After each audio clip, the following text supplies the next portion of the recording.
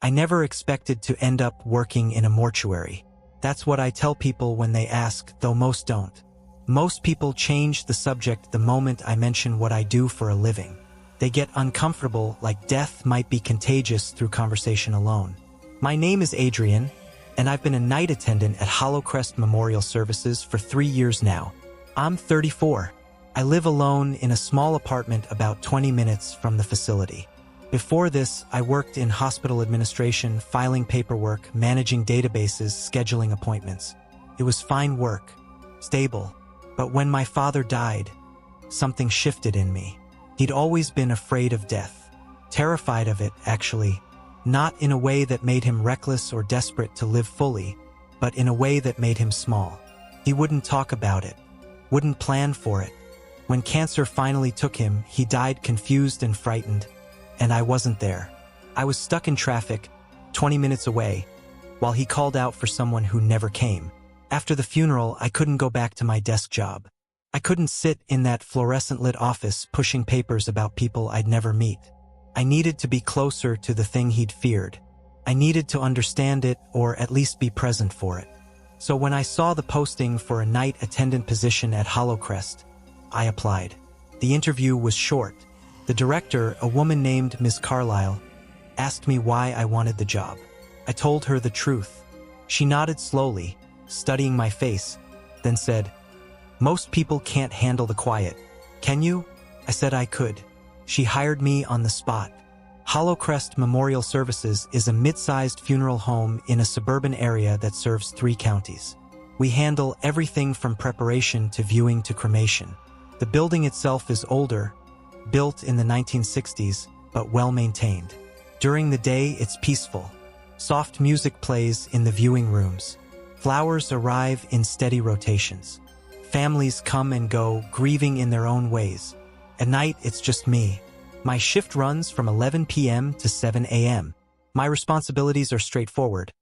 Monitor the building, ensure the climate control systems are functioning properly in the cold storage area, log any deliveries from hospitals or the coroner's office, perform basic intake procedures if a body arrives overnight, and respond to any alarms or issues that might arise.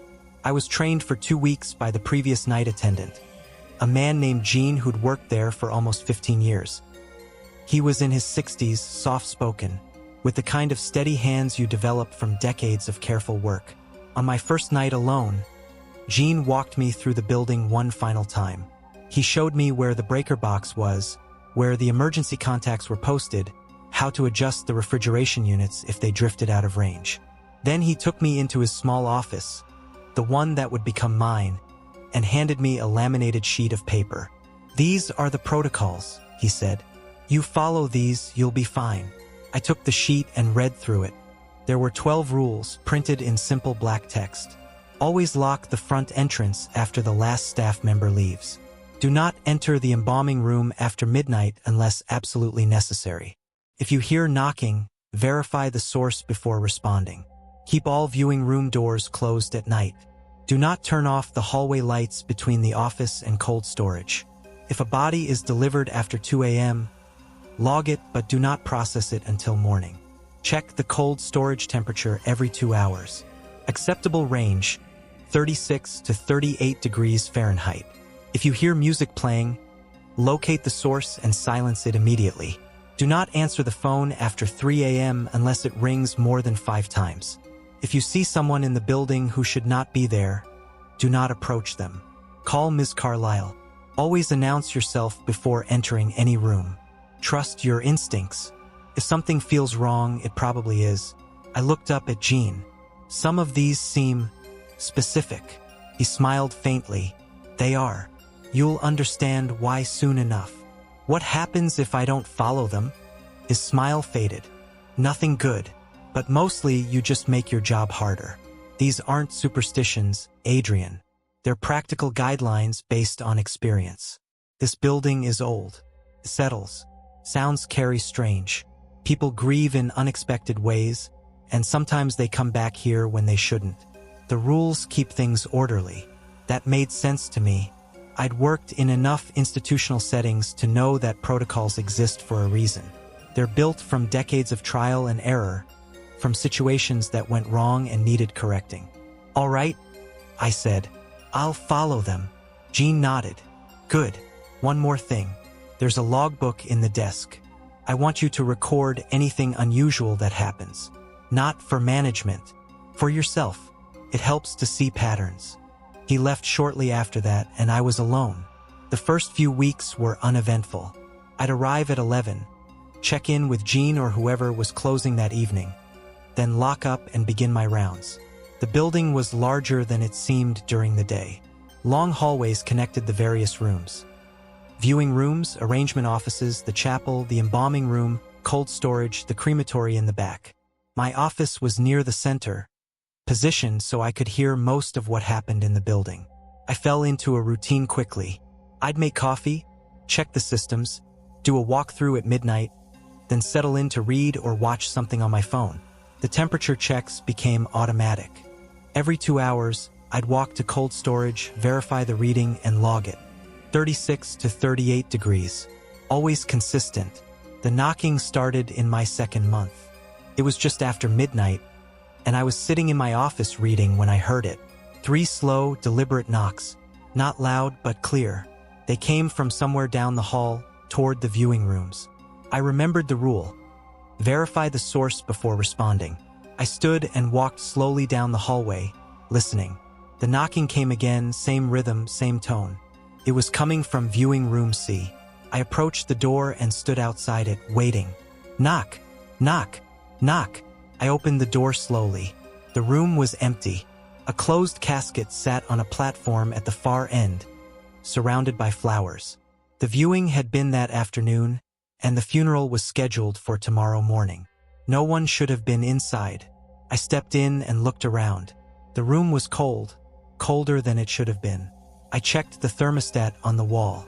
It was set to 68, but it read 52. I adjusted it and left, closing the door behind me. The knocking didn't happen again that night, but I noted it in the logbook. 12:17 a.m., knocking in viewing room C. Thermostat malfunction. Adjusted and closed door. When I mentioned it to Jean the next evening, he nodded. Happens sometimes. Old pipes. Temperature changes cause the wood to contract. Sounds like knocking. That explanation satisfied me. But it happened again a week later. Different room, same rhythm. I followed the same procedure. Locate the source, check for logical causes, adjust and close. Each time, the thermostat was malfunctioning. Each time, the room was colder than it should have been. I started to notice other things too. The lights in the hallway between my office and cold storage would sometimes flicker. Not in a dramatic horror movie way. Just a brief dip, like a momentary power fluctuation. I checked the breaker box, but everything was fine. I logged it. Electrical issue. Old wiring. One night I heard music. It was faint, barely audible, but unmistakable. A piano playing something slow and unfamiliar. I stood up immediately and followed the sound. It was coming from the chapel. Rule 8. If you hear music playing, locate the source and silence it immediately. I walked to the chapel and opened the door. The music was louder now. It was coming from the small electric organ near the front. The keys weren't moving, but sound was definitely coming from the instrument. I walked up to it and switched it off. The music stopped instantly. I checked the power cord. It was plugged in, but the instrument's main power switch had been in the off position. I unplugged it entirely and left, locking the chapel door behind me. In the logbook, I wrote, 1:43 a.m. music from chapel organ. Power switch was off, but unit was producing sound. Unplugged. Possible electrical short. Jean read the entry the next evening. He looked at me for a long moment, then said, "Did you recognize the song?" "No," I said. "Should I have?" "Probably not. But if you ever do, let me know." I didn't understand what he meant, but I didn't press. The job was strange, but it was manageable. I was good at following rules. I was good at staying calm. And truthfully, I found the quiet comforting. There was something honest about being alone with the dead. They didn't pretend. They didn't demand anything. They simply were, and I was there to make sure they remained undisturbed until they could be laid to rest properly. But around the third month, I started to understand why some of the rules existed. It was a Tuesday night just after 2 in the morning. I was doing a temperature check in cold storage when I heard footsteps in the hallway outside. Slow, measured steps like someone walking carefully in the dark. Rule 10. If you see someone in the building who should not be there, do not approach them. Call Ms. Carlyle. I froze and listened. The footsteps continued, moving past the cold storage door and toward the viewing rooms. I waited until they faded, then carefully opened the door and looked out. The hallway was empty. I pulled out my phone and called Ms. Carlyle. She answered on the second ring, her voice sharp and alert despite the hour. Adrian, what's wrong? I heard footsteps in the hallway. I'm in cold storage. I didn't see anyone, but someone's in the building. Stay where you are. I'm checking the cameras. I waited, phone pressed to my ear, listening for any sound. After a minute, she came back on the line. There's no one visible on any of the feeds. Are you sure you heard something? Yes. All right. I want you to stay in cold storage for 5 minutes. If you hear anything else, call the police. Otherwise, go back to your office and lock the door. Do not investigate. Understand. Understood. She hung up. I stood in the cold storage room, surrounded by the steel drawers that held the dead, and waited. The refrigeration unit hummed softly. My breath came out in faint clouds. I counted the seconds. 5 minutes passed. I heard nothing. I returned to my office and locked the door. In the logbook, I wrote, 2:14 a.m., footsteps in hallway near viewing rooms. No one visible on cameras. Miss Carlyle notified. The next evening, Miss Carlyle called me into her office before my shift. She looked tired, but her expression was calm. Adrian, I want to talk to you about last night. All right, this building is old. It makes sounds. I'm sure Gene explained that to you. He did. But sometimes people hear things that aren't there. Grief does strange things to this place. Families come here in pain, and that pain lingers. You'll hear footsteps that aren't footsteps. You'll hear voices that aren't voices. It's not supernatural. It's just the way sound moves through old buildings, combined with the emotional weight of what we do here. I nodded slowly. So you don't think anyone was in the building? I know no one was in the building. I reviewed every second of footage from last night. Every camera, every angle. You were the only person here. Then what did I hear? She leaned back in her chair. Pipes, HVAC, with settling. Maybe even your own footsteps echoing back at you. The mind is very good at finding patterns, especially when you're alone. And the music, the knocking, same principle. This place has quirks. You learn to ignore them. I wanted to believe her. I wanted to accept the rational explanation, the one that made sense. But something about the way she spoke felt rehearsed, like she'd given this speech before. Why did you tell me not to investigate? I asked. She met my eyes. Because if I'm wrong, and someone is in the building, I don't want you confronting them alone. Your safety is more important than protocol. That's all. I left her office and started my shift. But I didn't stop logging the incidents. Over the next few weeks, the events continued. Knocking, music, footsteps, always at night, always when I was alone. I followed the rules precisely. I verified sources. I adjusted thermostats. I silenced instruments. I called Ms. Carlyle when necessary. And each time there was a logical explanation. Pipes, electrical shorts, building settling. But the explanations started to feel insufficient, because the incidents were escalating. One night, I heard the footsteps again. This time, they didn't fade.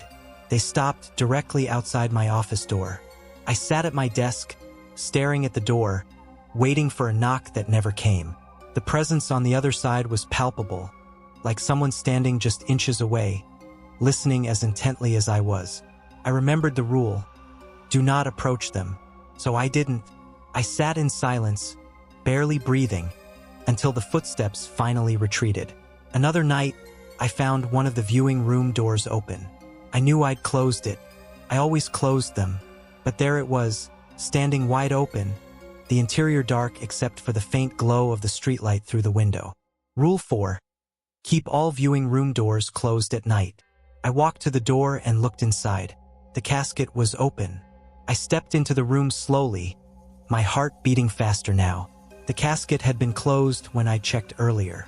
I knew it had been, but now it was open, the lid raised, the interior visible. I approached and looked inside. The body was exactly as it should be, positioned correctly, dressed, composed. Nothing was disturbed, but the person's eyes were open. I stared for a long moment, my mind racing through possibilities. Had the mortician forgotten to seal them? Had the eyelids simply relaxed? It happens. I knew it happens. Bodies shift, gases build. Muscles relaxed, I reached out carefully and closed the eyes, then lowered the casket lid and locked it. I left the room and closed the door.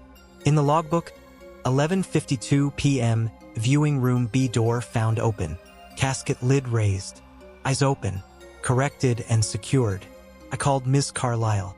She didn't offer an explanation this time. She just said, "Thank you for securing it. I'll speak with the preparation staff." But I could hear something in her voice. Not fear, not surprise, just a quiet, weary acknowledgement. I started to realize that the rules weren't just about practical management. They were about containment, about maintaining order in a place where order was fragile. Gene stopped by one evening, even though he no longer worked there. He'd retired fully by then, but he came in to check on me. We sat in my office drinking coffee, and I told him everything. He listened without interrupting. When I finished, he was quiet for a long time. Then he said, "Do you believe in spirits, Adrian?" "I don't know." "That's a good answer. I didn't either when I started. But after 15 years here, I learned that belief doesn't matter. What matters is respect. Respect for what? For the process, for the dead, for the space they occupy while they're here. He set down his coffee. This building is a threshold. People come here at the worst moment of their lives. They bring their grief, their guilt, their unfinished business. And the dead, they're not gone yet. Not fully. Not until they're buried or burned or released in whatever way their families choose. Until then, they're here. And sometimes, they're restless. You're saying the incidents are real. I'm saying the incidents are manageable. That's why the rules exist. They're not about stopping what happens. They're about making sure it doesn't get out of control. And if I don't follow them, Gene's expression darkened. Then things get worse. The doors don't stay closed. The music doesn't stop. The footsteps don't retreat. You'll see things you can't explain, and you won't be able to make them go away. The rules are a contract, Adrian. You follow them, and the building tolerates your presence. You break them, and it doesn't. I felt a chill that had nothing to do with the temperature. "How many people have broken the rules?" I asked. "A few. None of them lasted long. Most quit. One ended up in the hospital. Nervous breakdown. He kept saying something was following him. Even after he left, he said it wouldn't leave him alone. What happened to him? I don't know. He moved away. Stopped answering calls." Gene stood up. "Just follow the rules, Adrian. Don't try to understand everything. Don't try to fix everything. Do your job and let the dead do theirs." He left after that. I thought about what he'd said for the rest of the night. The building was quiet. No knocking. No music. No footsteps. Just the hum of refrigeration and the distant sound of traffic outside. But I knew the quiet wouldn't last. It was a Thursday night, around 3 in the morning, when the phone rang. I looked at it, counting the rings. Rule 9. Do not answer the phone after 3 a.m. unless it rings more than 5 times. 1, 2, 3, 4. It stopped. I exhaled slowly and went back to my book. The phone rang again. 1, 2, 3, 4, 5, 6. I picked it up. Hollow Crest Memorial Services, Adrian speaking. There was silence on the other end. Not dead air, but the kind of silence where someone is there, breathing, listening. "Hello," I said. A voice, faint and distant, spoke. "Are they sleeping?" I felt my skin prickle. The voice didn't sound quite right. It was layered, like multiple people speaking in unison, slightly out of sync. "Who is this?" I asked. "Are they sleeping? I don't understand what you're asking." The voice became clearer, more focused. "The ones in the cold. Are they sleeping?" I didn't respond. My hand tightened on the phone. "They're not," the voice said. "They're waiting." The line went dead. I sat there for a long time, staring at the phone. Then I stood up and walked to cold storage. I opened the door and turned on the light. The room was as it should be. Rows of steel drawers, each labeled with a name and a number. I checked the temperature gauge. 37 degrees. Normal. I walked along the rows, checking each drawer. They were all closed, all secure. But I couldn't shake the feeling that something had changed. I returned to my office and logged the call. 3:08 a.m. Phone call. Unknown caller asked if the bodies in cold storage were sleeping. Line disconnected. I didn't call Ms. Carlyle. I didn't know what I'd say. The next night, I arrived to find a note on my desk. It was handwritten, in Ms. Carlyle's precise script. "Adrian, if you receive any more unusual phone calls, do not engage. Hang up immediately and call me. Do not go to cold storage alone after such a call. I've arranged for a second staff member to be on call during your shift if needed. Her name is Rachel. Her number is below." A phone number was written at the bottom. I folded the note and put it in my pocket. That night was quiet.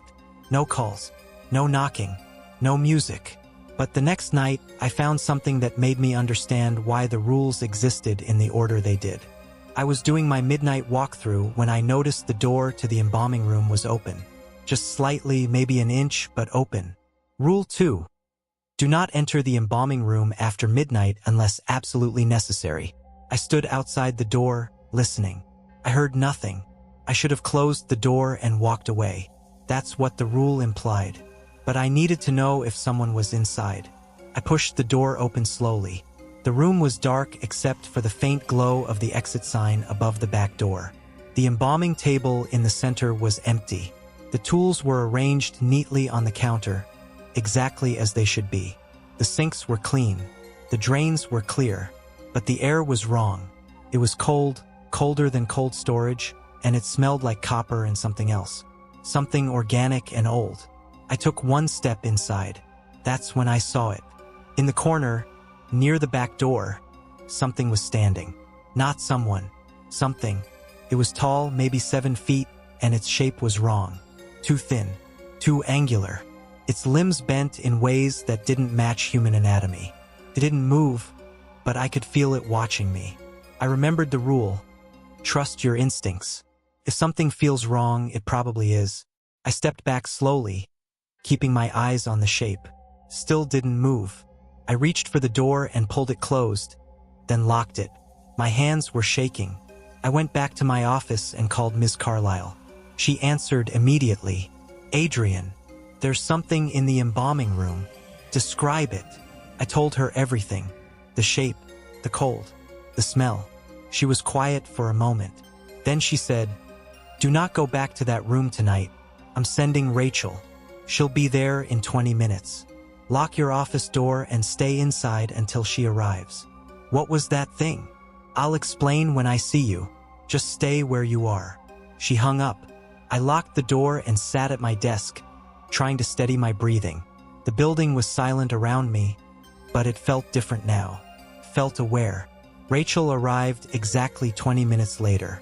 She knocked twice, then called out, "Adrian, it's Rachel. Miss Carlyle sent it to me." I opened the door.